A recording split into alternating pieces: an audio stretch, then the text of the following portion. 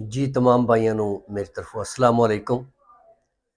एक बड़ी ही प्यारी जी नज़म लिखी है अख ते कि अख की होंदी है। प्यार दा आगाज अख तो ही होंदा। अख ही प्यार दी मुजरिम है। प्यार इश्क फसावण वाली अख ही होंदी है। अख तो प्यार दा आगाज होंदा है। ते आओ तमाम भाइयों एक बड़ी ही प्यारी जी नज़म सुनाई है। इंशाल्लाह उम्मीद है कि तुहानू पसंद आएगी।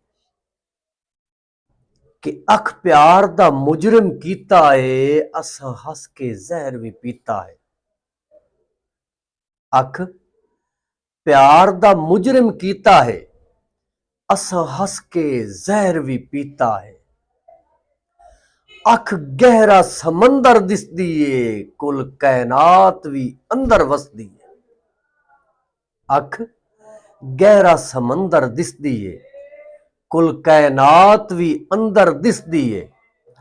अख वेख के जान च जान आ गई, सानू इश्क दी यार पहचान आ गई।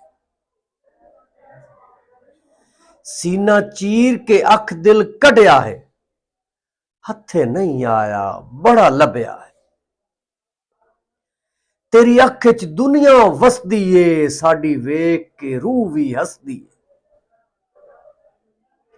अखा वेख के सब बर्बाद होया, हर सोच तू जैन आजाद होया। अखा वेख के सब बर्बाद होया, हर सोच तू जैन आजाद होया। सानू पागल दुनिया बनाया है, तेरी अख सानू मार मुकाया है। तेरी अख कायनात तू सोहनी है, एहो जई होर ना होनी है। तेरी अख कायनात तू सोहनी है, एहो जई होर ना होनी है। डाई जुल्फां करके रखियां नी, मैनू सोहनियां लगदियां अखियां नी। तेरे वाल सुनहरी खांदे हिन, बड़े जिगर दे होश उड़ांदे हिन।